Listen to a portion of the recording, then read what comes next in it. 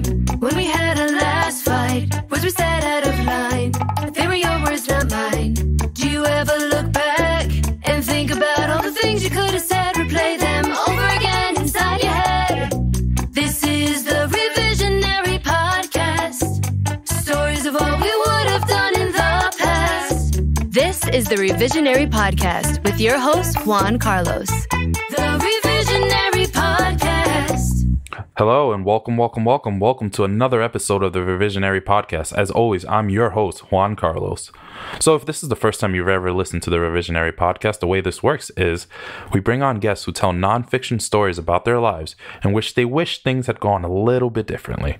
Afterwards, I give them an opportunity to retell the same exact story, except this time they can change in any facts or details that they want about the story, and then we go ahead and discuss the impact of the changes that they've made. Before we get started today, I actually have an announcement to make for those of you guys who are listening. I'm sure a lot of you guys are still full from Thanksgiving. I hope you guys had a safe and wonderful Thanksgiving and made the best of it given the current conditions of our country and quite honestly, this world. But before we get started, I'd like to announce that the last Instagram live episode went so well that we've decided that we're going to do another one. This time we have Gastro Almonte coming back to join us on Instagram Live. This time it will be on the Revisionary Podcast Instagram Live. It'll be on December 19th at 1 p.m. Eastern. So you can adjust for your own time zones. I believe that's 1 p.m. Eastern, and I think, if my math is correct, that is 10 a.m. Pacific time or West Coast time. This should be a lot of fun. Please feel free to join us and ask Gastor questions because his story had a lot to impact, if you remember correctly. So if you haven't already, go back and listen to Gastor's episodes. They're wonderful. And if you have, please come on, ask him questions, talk to him, get to know Gastor, because it's a tremendous opportunity to ask all the questions that I didn't have an opportunity to think of while I was recording the episode with him. Also, this week, I'm very excited to announce that we have Jacob Williams joining us, and I'm really excited for this episode because for those of you guys who don't know Jacob is he's an actor, he's a comedian, he kind of does a lot of different things and takes on a lot of different projects, but his two claim to fame are that he's been on America's Got Talent, and also he is one of the cast members of the hit MTV show Wild 'N Out, which is huge for me. Like, I'm really excited that I have an opportunity to speak to Jacob today because I remember as a kid, like in high school, I would watch Wild 'N Out and I would try to reenact all the games with some of my friends and, you know, do a lot of the stuff. Like my personal favorite is the rap battle at the end. Like, I think that that's hilarious. And it's really cool to be able to have the opportunity to have a conversation with someone who's had the opportunity to play these games live on TV. So I'm really excited for this call, and I won't even dilly-dally. Let's go ahead and see if we can get Jacob on the line. Hey, Jacob, how are you? Oh, good. How's it going? Good to see you. Oh, it's going great. I'm so happy that you've decided to come and tell us your story today. Yeah, thanks for having me. It's always good to see you. No, of course. So, what have you been up to? Well, I am releasing a comedy album and special that I taped last year. I'm really excited about that. So by the time people are seeing this, it might be out now. But basically, I shot like an hour-long album and kind of produced the video for it for a comedy special with a few camera angles and stuff, and that's all edited together. So that I think the full special is up on my Patreon page, like patreon.com/MR Jacob Williams. And then by the time people hear this, the album is hopefully out there on like iTunes and Spotify and Pandora and wherever people listen to those.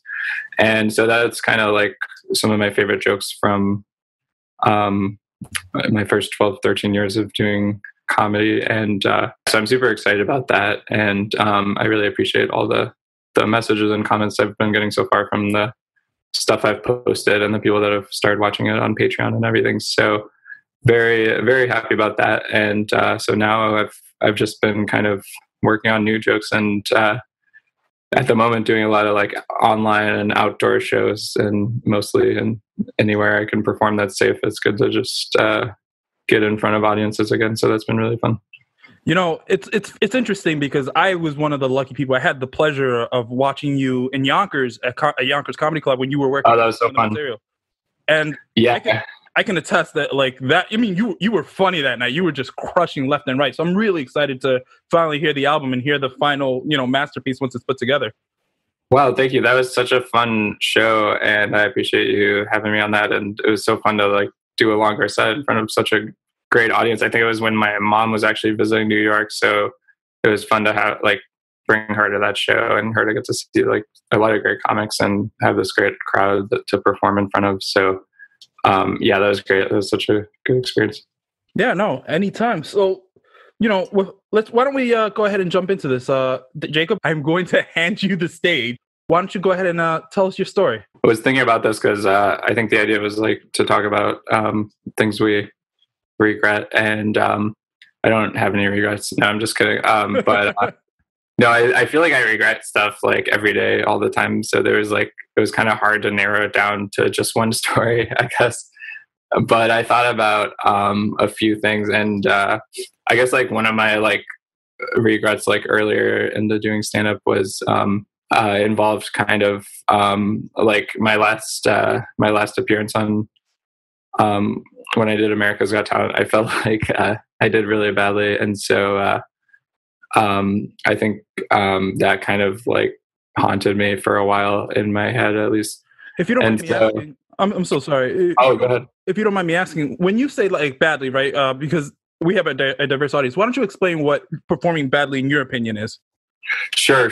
Well, yeah. I mean, it's interesting because I've done so many types of shows now, and like I've done a lot of shows where it went badly, but it wasn't necessarily my fault or completely my fault. With I have a lot of stories about like, and some of them are on my special album about just like shows that went wrong and were just not set up well for comedy. But and there was maybe some of that at play here, but I guess in this case, like I felt like when I was in the semifinals, I think it was like my fourth time on that show, and I think I was about 5 years into doing comedy. I felt like I just didn't perform as well as I wanted in terms of like being in the moment and that kind of thing. So it felt like I think I got in my head a little bit. I got nervous, even though I'd already done 3 sets on the show at that point. But in general, that was my first TV appearance, and I'd used up some of my favorite jokes and stuff. So I think I like, once I got out there and the crowd wasn't like as receptive as I thought they would be or whatever it was, I think it like threw me a little bit, and I kind of like rushed through it and was kind of embarrassed about how I delivered it in like not the most confident way and that kind of thing. And so I think I've looked back at it, and I'm definitely like, it's not a set I'm proud of. And but at the time, I think I took it especially hard and regretted it to an extreme degree at the time, where I felt like I had to quit comedy or like my career was over or something. Like this was in 2012, and I was about 5 years into comedy. I was 23 at the time, but yeah, basically I just was kind of really hard on myself about it. And in some ways I still, I've still gotten like annoyed since then. Sometimes it'd be like, oh, I guess that's like still one of the first clips that comes up if people look me up, because, it's a popular show and it has a lot of views. And so it's just, it just felt like kind of annoying to work on comedy for a few years, like, and then have like one of my most most documented or well viewed clips be like me not doing that well. But now, I mean, I don't really care so much about it at the moment as I do. Of course, you've had other successes. Oh, thanks. I don't know. I try, but yeah. So, but yeah, it was interesting. It was like, because overall that was a very bittersweet experience. Because like my first time on the show, I felt really proud of in terms of how I performed and then I got lucky that the crowd and judges were really nice, and they ended up like giving me a standing ovation and stuff, which was like kind of blew me away. I was like really just doing mostly a lot of open mics at that point and stuff. And I'd been doing comedy 5 years, but I mean, I'd been in college for a lot of that time. Right. I started when I was 18, and I was going to college in Wisconsin, in the middle of nowhere. So the only times I could get on stage for a lot of that time was like like a open mic in a coffee shop on campus every 2 weeks, and I would be like the only comedian.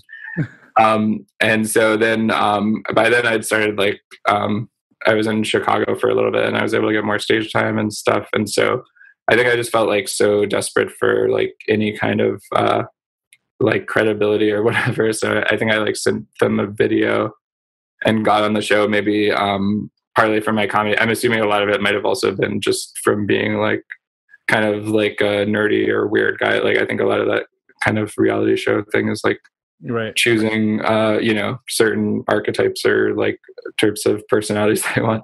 And so but yeah, I remember the first time I did it, I was really nervous and definitely concerned. And so I ended up filming it in St. Louis, and I lived in Chicago, and I didn't really know a lot of people there. So I was really worried about like not being able to get on stage the night before and like practice the material, which I always felt was important, even though I'd never done TV, but I got the sense like you should like do that. And so what I ended up doing was just like walking around St. Louis, like downtown by the Arch and all these places. And I was so shy and stuff too, but I was so scared of doing badly in the audition that I literally just would go up to anyone I saw on the street and just be like, hey, like, I'm auditioning for America's Got Talent tomorrow. Like, I'm going to do 90 seconds of jokes. Like, and, I wanted to test it out on real people because it's like comedy. Like, you have to know get a sense of the timing with an audience there. And so is it cool if I like run some jokes past you? It's funny you say that, because when I was younger, like especially like my freshman year of college, I mean, I was also painfully shy. And that's how I tried to talking to women at first. I would go to the mall and, and I'd made it a point to approach them and do similar things like, hey, can I talk to you for 90 seconds to get over the shyness? So it's interesting that you were using that for comedy. Oh, that's really interesting, because I still haven't learned how to talk to women. I'm still learning. I might have to. Yeah, no, that's actually way more impressive to me, because I still don't feel capable of that. And that's still something I'm really shy about. But in that moment, and and since then, I don't think I've done anything like this. But yeah, just in terms of getting ready for that stand-up set, I was, I like my fear or desperation or like really wanting to do well kind of pushed me to do that. So yeah, it was kind of awkward, because I was just like, hey, can I try these jokes on you? And like, I think everyone just said no for the most part.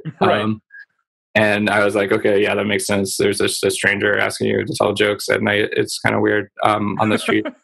But then I think there was like one person I asked ended up being like, he was like outside of a bar. I think he was like a security guard, so he just like had to be there. So I don't know if he was like enthusiastic about it, but he literally had nothing else. I don't know exactly what he said, but he basically let me say jokes at him. And I think he just stared at me without reacting. And he's like, all right, good luck. And it seemed like he was like, all right, this guy's not going to do well on the show. Yeah, I mean, I don't know if that helped my confidence. I do think it weirdly did, in the sense that I was like, okay, if I can like hold my composure while just saying it to like bombing in front of one person, then hopefully the real crowd won't be as bad. But I was nervous. I didn't, there was like, I know people sometimes get booed on there, or they get like X'd or heckled, or people are yelling at them and stuff.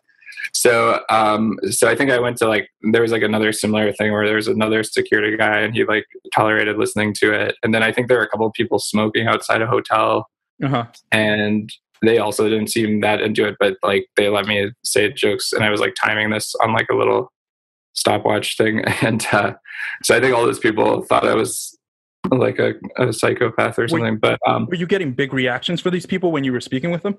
No, not at all. I got like no reaction, except maybe looking at me with annoyance, and that I was even telling them jokes. Do you think that they believed you that you were going on America's Got Talent, or did they like? That's what I'm trying to figure out too.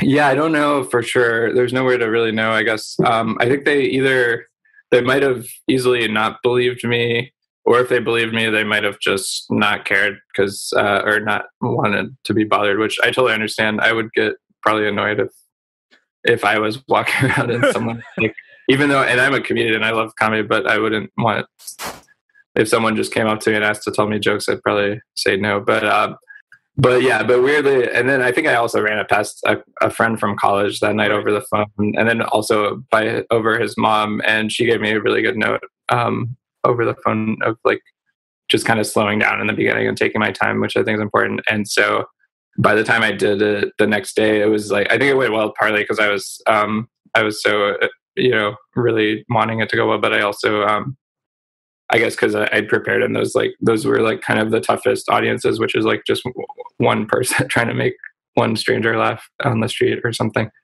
So I felt good about the first one. Yeah. And then I think the second round was like, that one was kind of weird because there was no audience. And this was way before the pandemic and stuff. This was 2012. But for some reason, they did a round that was in Vegas without a crowd and just the judges. Right. Which is kind of weird as a comedian because it's like, you want an audience there. And then I felt like I kind of regret like maybe using up some of my best, like I had a lot of like one-liners that I would normally spread throughout like a half hour or hour set at the time. And I ended up like, I feel like burning a lot of those and like just trying to get to the next round. And then they didn't even air a lot of it. Was that? And so then my third round, I think that was like shot live. Well, it was a combination. Yeah, I actually thought like, oh, I should do some stuff that I think is solid. That's not necessarily my favorite crowd pleasing things because it's probably going to get edited out based on what I saw. But then I talked to like, I think one of the producers, and she's like, oh no, don't hold back. You got to get to the next level. And I was like, okay, I guess she's on the show, so she knows. So I kind of took her advice there. Wait, and did you like, were you not allowed to repeat sets once you had told the joke? Yeah, you're not allowed to repeat sets, which was annoying in the sense that a lot of the jokes I said hadn't even aired. Like, so some of my best stuff ended up not even airing. Right. Like, I might have even performed better in my second round than my first round, but it's kind of hard to tell because they edited a lot of it out and there was no audience reaction. So I felt like that was another thing I regretted a little bit at the time. But yeah, I think the third round I was definitely nervous about, but that ended up going pretty well. And that was like in front of a real crowd in Newark, New Jersey, at the NJ, the Performing Arts Center there. Right. And that was cool. I think it was another thing where I like ran it past my friend on the phone and was maybe able to do like open mic type stuff or some guest spot type stuff and around New York to work on it a little bit. And so I felt pretty good. But then I think there was like a long gap before the fourth time doing that show, the semifinals, I guess, at that point. I think because of the Olympics and different things. And I'd actually scheduled, before I knew I was going to be doing the show that year, I had scheduled like a trip with my parents to go to India. So I ended up going there like in between the third and fourth round for like 2 weeks. Did that throw you off? Yeah, I don't know. I don't know if that necessarily helped because it was a time when I would have liked to be. And I felt a little anxious about it even then because I was like, well, I'm going to be like trying to get ready for the next round of this TV show that's really competitive. And like, I mean, it's amazing to like get to go to India. And like, it was very beautiful. And we had some wonderful family friends there. And it was great to like spend that time with my parents and sightseeing. But at the same time, I felt a little anxious the whole time about like for stand up, especially when leading up to something like a national on TV comedy thing, like you kind of want to like be doing it every night in front of it. I wish it was more like an instrument where you could just practice, sometimes I wish that where you could just practice in a room wherever, right. But yeah, I mean, that was still a great experience in its own way. And then I was able to do a lot of sets leading up to the fourth round when I got back for like a week or two. And so I think I had like a bunch of shows in like Vegas where I opened for Louis Anderson for a couple of weeks at like a small theater there, and that was really fun. And then overlapping one of the weeks I did like 7 nights of 2 shows a night at this other place. And so it was definitely nice to be able to have a lot of stage time. And then actually when I got to New York, I ended up doing, I think, like 23 sets in like 6 days, like leading up to the last taping. Yeah. So it was like a weird thing where my last round, I think it ended up not going how I wanted, which was just kind of ironic because every time I'd done the set that week, it had gone better than the time on TV. And so it was just kind of a learning experience in terms of like, I think sometimes it's good to prepare in like maybe some of the toughest circumstances before like a big opportunity, as opposed to like if you're preparing in like these kind of with easier crowds or like overly generous crowds, it might give you like a false sense of security in the material or whatever, where you might be thrown off once, you know, something is tough in the actual situation. And then, it was also always interesting on that show for me how I think it was edited where like my first round, they kind of encouraged me to do this stuff in my interview that made it look like I'd never done comedy. And so it looks like I think some of it's on YouTube, but yeah, it was basically like me saying things like I really want to be a comedian. Like I'm really shy. I'm like afraid of talking to people, which is true. But the way it was kind of edited and played up, it was almost like this guy is like described as like a real estate agent, which was like a part-time job I had at the time who wanted to try comedy. So I think for the audience watching, it was probably like, oh, this guy is like maybe just to make it seem unexpected that I did well. And stuff. And then on like my last round, there was like kind of a weird intro package to my set where it was like, I think they just showed some of my most awkward moments. And like, there was a thing of me saying like, I drink water when I'm nervous or something like that. And then it like cut to like a shot of me drinking water, which I didn't know was going to be necessarily a part of the broadcast part of the interview. I was just getting ready for the interview at that time, but I guess I was on camera. That was for like an interview for like the lead-in package, but I mean, they hadn't asked any questions yet. I think I was just drinking some water to, you know, drink water, which I like to do. I have some right now, but yeah, so it was just like, there was just some interesting editing choices. So, but you know, I was 23. I'm sure maybe I had pissed off an editor or something. I don't know what happened exactly, but I'm sure I was like kind of annoying at the time anyway. So I definitely felt in over my head with that experience. But at the same time, I guess I learned a lot from it, and I think it did help lead to other things like working with MTV and doing comedy full time actually. So it was like a very bittersweet experience where it did help me a lot in a lot of ways, and I learned so much. But I was like, after that last appearance on there, I felt like so depressed about how I'd done that I was like ended up like just staying inside a lot for like 2 weeks, and just like I think I was like drinking a lot of whiskey and like just like thinking about quitting comedy and like binge watching Mad Men and just not, you know, feeling like I have to quit comedy. Like, this is so embarrassing. And I didn't really realize how much it really doesn't matter how any one thing goes. I mean, yeah, it's just great to always do your best, but I've learned since then, it's like, I've had so many disappointments since then. And I realized like, yeah, like sometimes things don't work out, but you can still, you know, there's always or pretty much always a chance to learn something and move on or try other things. There's always going to be other opportunities out there. So let's back up. Walk us through like the actual process. So you've mentioned a lot of things like the lead interview and, you know, you mentioned being on stage, but, you know, make us feel like we were on stage with you. What's the actual process like, you know, going through the America's Got Talent process? Yeah, for sure. And for people that are interested in doing it, I think they used to have, I'm sure they don't now, but with everything going on, but they used to have like in-person auditions where like a ton of people would show up, and I didn't have an agent or anything. I think the year before I just showed up to that, and it was kind of a tough situation for a comedian because there weren't really audiences, and I think there were just a few people and a couple of people watching who like, I don't know how much their decision power was. But then the following year I had like a clip that I thought was pretty good where just the audience in it was like such a good crowd, and so it made me look good. So I sent a short clip, and from there they, I think, talked to me over the phone and ended up booking me for it.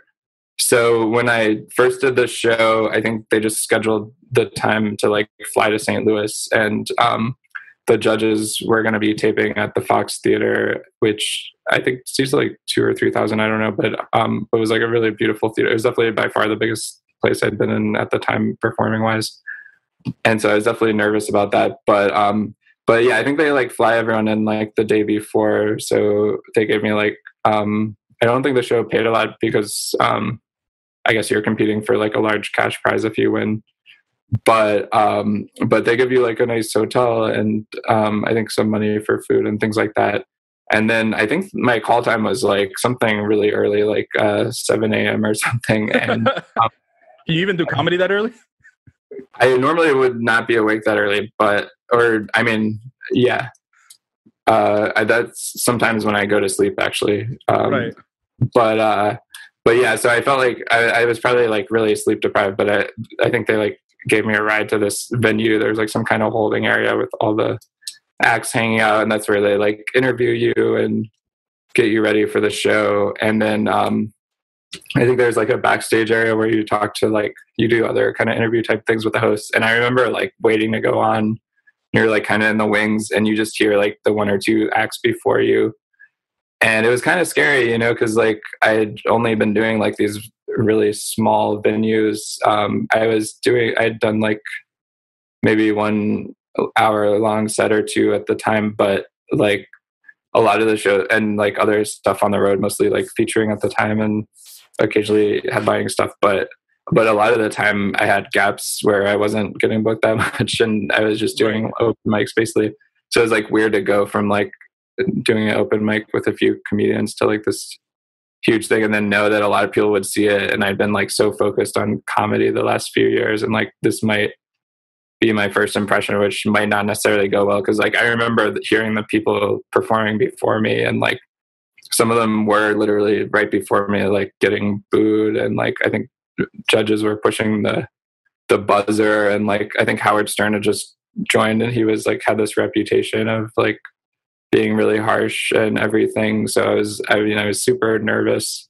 Yeah. And then it was just kind of a blur. I think I went out there and just tried to do my best to be in the moment and say the material. And I think I definitely felt like very emotional after it went well and was over because it was just such a relief where maybe also from being exhausted, I felt like I was almost going to cry. But anyway, it was, so it was over like by the morning. I think we actually taped more interview stuff after I performed. And so some of the stuff, like if people watch on YouTube or wherever, it's some of the stuff I say in the interview, or maybe all of it was actually taped after. But there's a lot of things like that with, I think, reality TV that are a little more staged than they appear. And so just to like maybe play up a certain angle, like to do a Susan Boyle type thing with certain people or try to make it unexpected how they do.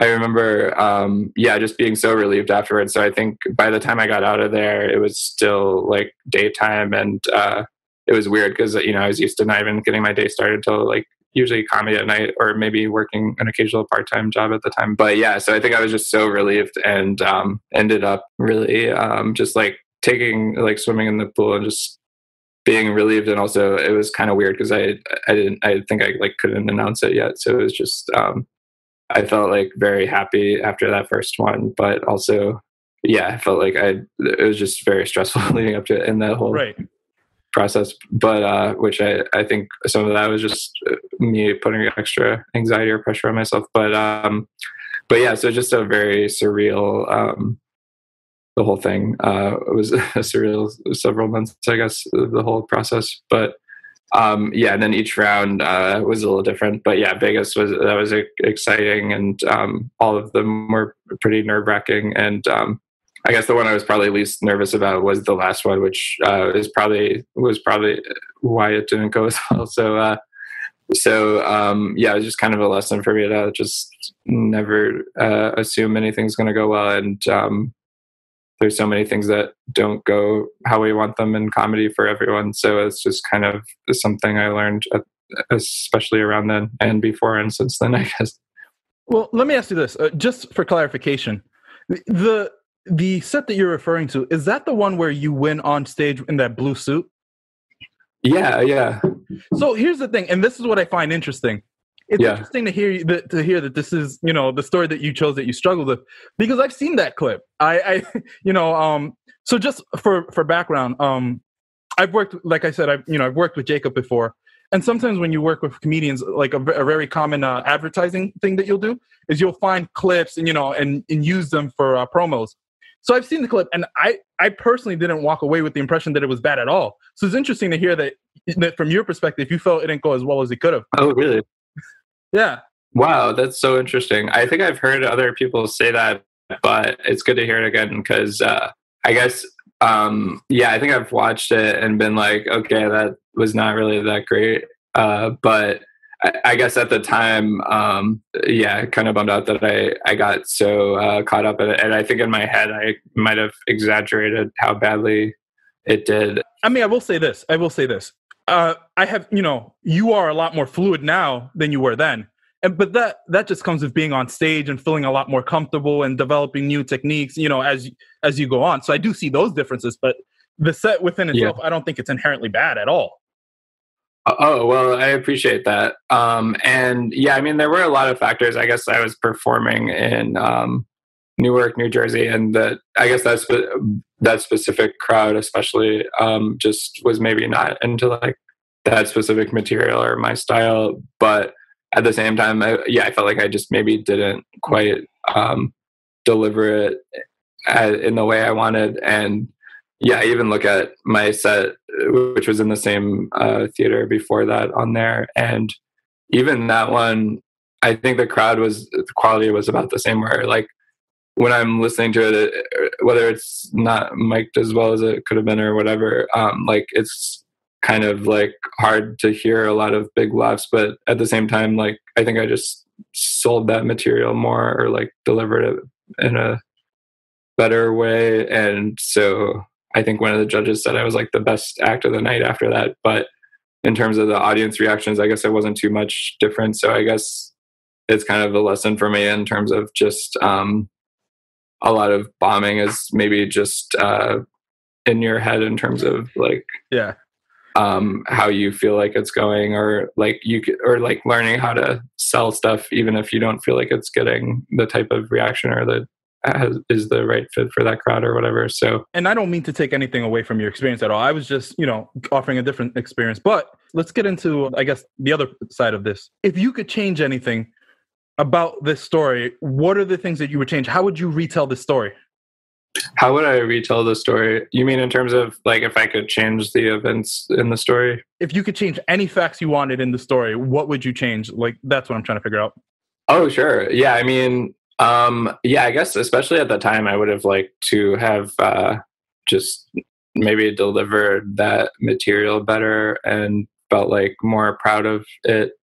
But then also, even if it had gone how it did, I wish I'd maybe gotten over it quicker and that kind of thing. And then, I don't know. I guess there's not a lot I would change overall because it was all like ultimately like such a great learning experience. And in my mind, one of my like most disappointing things I've done.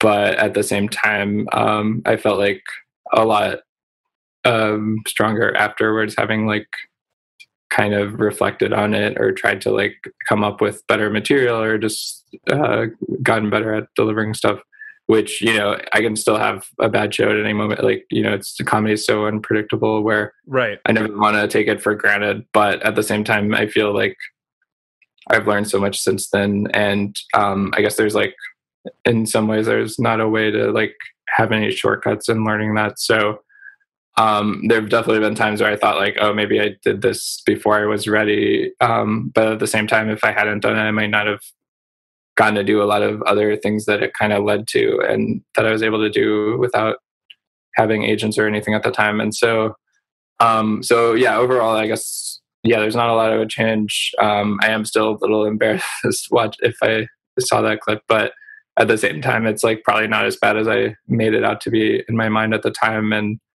I'm I've put out a lot of other things since then that I'm super proud of, and I'm really excited about a lot of material now that I haven't necessarily put out anywhere other than live shows and stuff. So so at the moment, I don't know. Yeah, it was just I think in a way it was almost a good thing, and maybe I guess ultimately I certainly didn't look at it that way then or whatever. But in terms of like just being a really humbling experience, I feel like everyone has to deal with probably failure at some point in some way, and so it's hopefully something I'm able to deal with quicker, like the more it's happened now in other ways. And so I realize that's just kind of I think someone I heard one time describe comedy as like a cycle of failures where you get excited about something and then there's always like things that might go wrong here and there. So I'm hoping by now, I've gone through so many of those that it's like, I can hopefully just, move on quicker in terms of like taking a lesson from it, but not kind of beating myself up about it. But yeah, I've had plenty of other things since then where I was like really frustrated about. You mentioned one of the things that you did mention is you said that on one hand, you felt overconfident, and it seems like you wish like you had prepared more, but you also did 23 different shows. So having the experience and the knowledge that you have now, is there anything you would have changed in terms of your specific preparation for this set? Yeah, absolutely. Because like I said, I think my first set, it was actually kind of almost beneficial that I wasn't able to try it out in like a great comedy club, which I would have liked to do or something. I just didn't know anyone there. And so in a way, it was actually worked probably in my favor to test it out under the toughest circumstances. And so I wish I'd done more of that. And like, as much as I did prepare in terms of doing a lot of stage time in Vegas in front of crowds there, and in New York in front of really good crowds there. I wish I would have maybe done a little more in front of like seeking out tougher audiences, which is important too. And so like, had I done maybe some open mics or other just tough rooms that I intentionally planned for, I think that might have helped. And then I think I also had a friend I had run the other sets past over the phone who I think gave me some good notes on like pacing, and was like a buddy who was into comedy in college that I knew. And I think he was just maybe out of the country at that time. And so that was another thing, a little thing that might have helped, just in terms of like having a little like coaching type tip from a friend that I wasn't able to get before the last one. So that even something like that might have made a big difference. But I think it actually, that experience did kind of help me in terms of learning how to prepare more, and at the same time do your best with whatever preparation, not be stressed about not having enough preparation and just doing the best no matter what.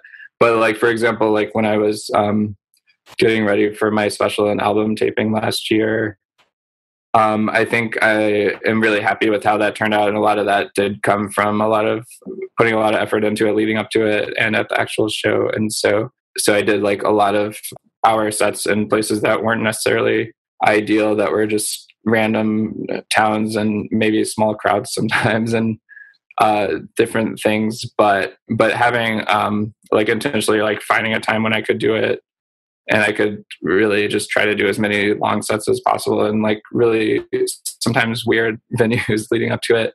I think that was super helpful. And I got really lucky that by the time I did it, that I had gotten to work on it a lot in a way that's sometimes hard to find the stage time to do. And I also got lucky that the crowd was so good, and a lot of friends and fans, or I don't know if they're fans, but a lot of good people showed up and to be a good audience.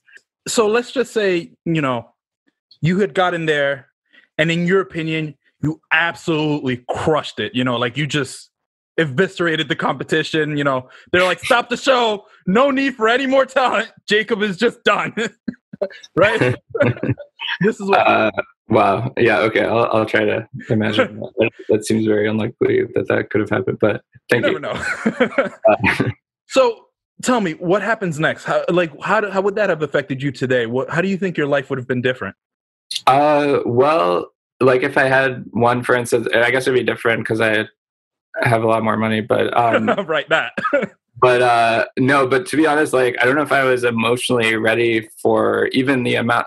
if anything, I almost feel like I was on the show too long for what I was ready for. Like, there's times where I'm like, I almost wish I felt like I did pretty well on the first three, so it almost would have been better to get cut out but even just like maturity wise, I feel like I've grown hopefully since then a little bit. But I actually can also say from experience that there are people who, the people that did I think it was dogs that won that year. There were these dogs that did backflips, and it's like I can't compete with that. But and I think and to be fair, I was also in a tough situation, I guess, on that last set, because I was following, I think the act before me was like a bird that was like doing tricks and flying through the audience. And I think I have a joke in my album about how like there was like I had to follow a parrot, and like the worst part was like afterwards backstage I was repeating my jokes and getting bigger laughs than I did. But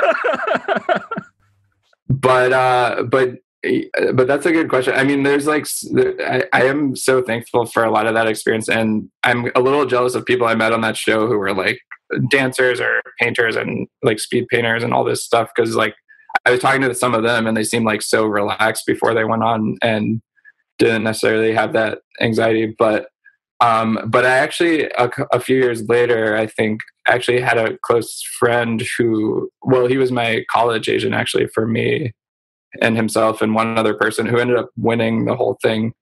Wow. And so it was really cool to get to experience that vicariously in terms of just, I'd worked with him, stayed in hotels with him a lot, and done the college market with him, and he booked me on a lot of stuff.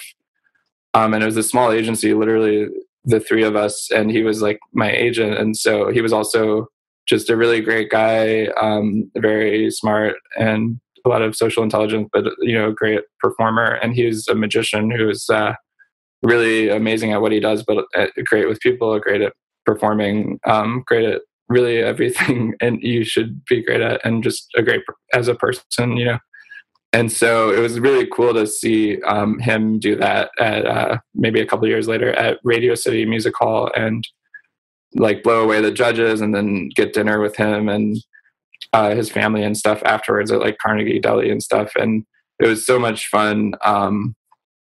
And when he won, I was so happy because like it couldn't have happened to a better person.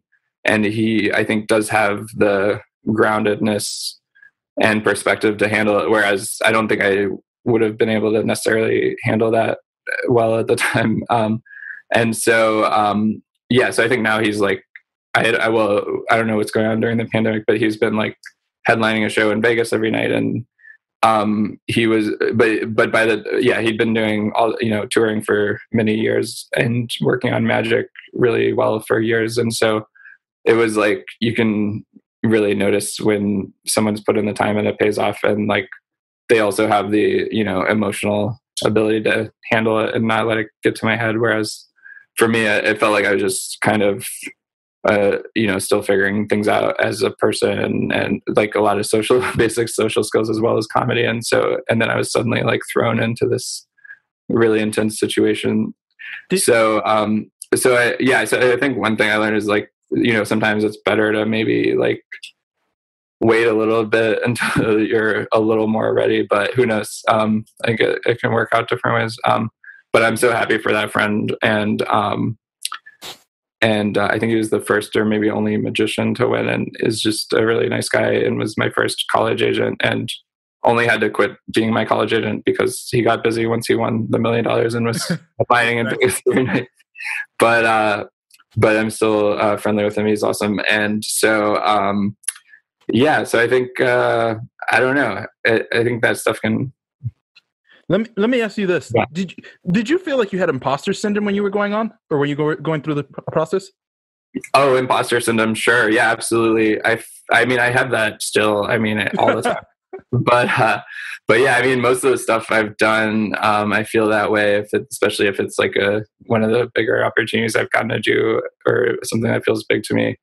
And so, I have that all the time. Even talking to like comedians now that I think are super funny, I'm like, oh man, they're going to think I'm a hack, or like they're going to really hate they're going to think I'm too corny or something. So Yeah, I certainly was like worried about like, oh, why am I getting this opportunity? I don't know if I'm deserve this. I don't know if I can like deal with this type of pressure. I'm like, they're gonna find out I'm just like an open micer with like lame jokes or something, you know.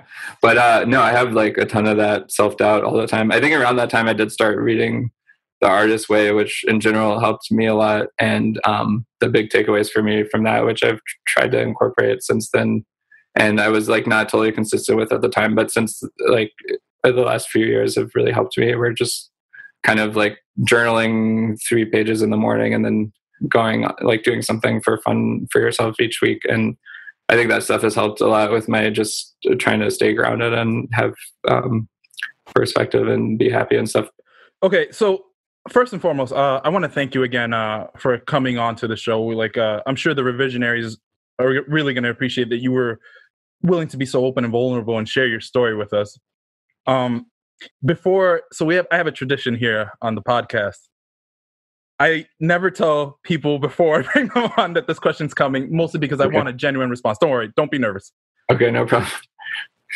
I'd like to end it by asking, could you tell us a quick story or about a quick moment from your childhood that always brings a smile to your face? Well, I was talking about in this story I told today, I was talking a lot about comedy and being on stage. And I think maybe one of my first experiences with that was like in grade school, in terms of not doing comedy, but just like being in plays for the first time.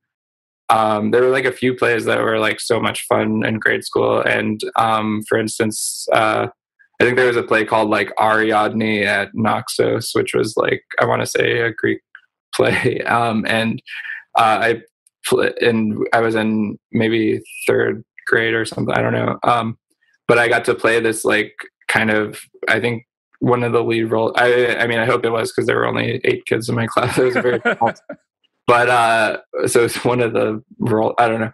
But I got to play, I think, this guy Theseus, who was like in that story, maybe like a Greek hero or something. And I had this like cool dramatic entrance where I felt I didn't even come in until the second half, but I think my character had been kind of like hyped up the whole. Like all the other characters were like, oh, this guy's going to come and save the day. So it felt like so cool. Even though I was just playing a character and it was like not that many lines, it felt like such a fun experience to like get that type of attention from the crowd. And afterwards, you know, like other kids like were talking to me and stuff. And it just felt like maybe one of the first times where I was like, oh, wow, I really want to be on stage. And I ended up, you know, not doing it officially till college stand up just because it was like I was so nervous and ended up being, you know, having a lot of social anxiety and stuff. But yeah, I think stuff like that early on, or even in grade school, writing short stories for my friends, I would make up my own stories with like Sherlock Holmes type stuff or Star Wars characters or like Godzilla type like mutated alligators taking over a city and stuff like that, and just trying to entertain my friends by like writing or acting at that age and like making short movies as well, making stop animation movies of my action I made like a half-hour stop animation movie in middle school of just my action figures fighting each other. I just move them frame by frame and like do these elaborate fight scenes. And that was all of that stuff was such definitely a good memory in terms of like my first kind of experiments with just doing stuff that was creative, and the fact that I get to now, I guess, do that for a living, and it's still so much fun in terms of like coming up with jokes or coming up with whatever. I feel so lucky that I'm basically like still kind of doing what I loved doing as a kid, just kind of making stuff, trying to make people entertained in some way, even though that, you know, I think only just 5 people, like my family, might have watched that half-hour video that took me like 3 summers to make, but it was just like a fun experience. And then doing like short story contests in middle school and like getting really into that and stuff.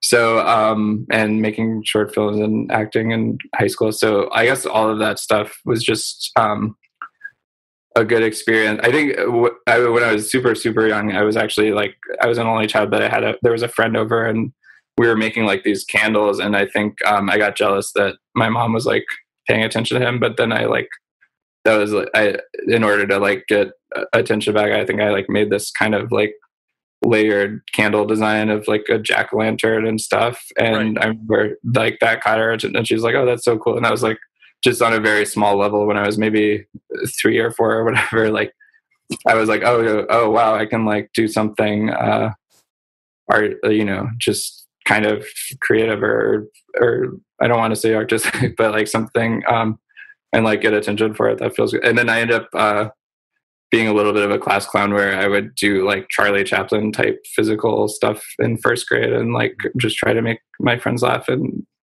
probably be really annoying to the teachers, unfortunately. But eventually, yeah, I hopefully learned to channel that into more productive, less annoying stuff.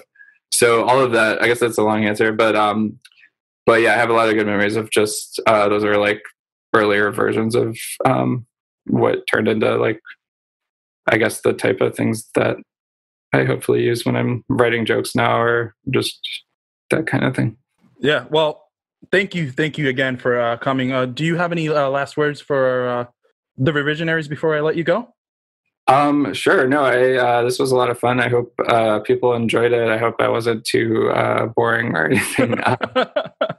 But no, this was super fun. Yeah, it was, a lot of the stuff I haven't thought about in a long time, so it was nice to reflect on other stuff that's happened. And it's always great talking to you, so I appreciate you having me on. All right. Well, take care, Jacob. Thanks. Take care. The Revisionary Podcast. I want to thank all of you for listening, as always, and I also want to say thank you to Jacob for being willing to come on this episode and be very vulnerable and open up and tell us about the challenges that he was facing while recording that set. Like I mentioned during the call with Jacob, I've watched the set that he's referring to, and I personally thought, that it went fine. I didn't see any issues, but I can see how someone who is as accomplished as Jacob and is as hardworking and a bit of a perfectionist could find fault with what was going on. And also, I was not there with him on the stage, so I can't speak to how he was feeling. So I appreciate that he was willing to open up and let us know what the thoughts were and what the process was like for him as he was going through those experiences. Ultimately, it seems like from our conversation that it worked out for him. So I'm very glad that this ultimately ended up being a positive experience in the long run. But again, I'm very appreciative of Jacob. Also, one of the other traditions that we have on this podcast is at the end of every episode, we try to highlight a charity or an organization. Usually, we let our guests pick something that they're very passionate about, or I'll just select something that is somehow related to their story. For this particular episode, Jacob Williams is actually very passionate about the free and fair elections. So he has selected the organization Fair Fight. Now, what Fair Fight does is they promote fair elections in Georgia and around the country, and they encourage voters to participate in elections because they want voters to be educated about their voting rights and have an awareness of and be able to advocate for election reform on all levels. So this is something that Jacob is very, very passionate about. He wants to highlight it, especially with everything that's currently going on in the United States. So please feel free to look into it and go ahead and support this initiative. As always, I will drop the link down in the description so you can go ahead and find it. And as always, I want to thank all of you for listening. This is the Revisionary